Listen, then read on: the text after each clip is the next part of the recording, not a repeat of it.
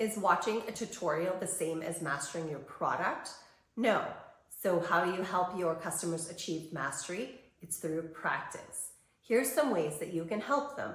First is through a demo environment. Provide your customers with a demo environment that will help them try out all the different features and help them achieve mastery.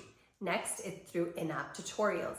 Use the in-app tutorials to point out specific workflows that show them the power of your product.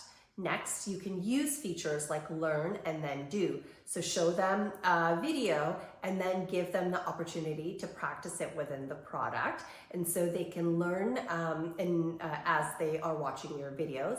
And the last is give them a guided project. So ask them for a specific use case and give them the opportunity to build the features or to use the features around that use case.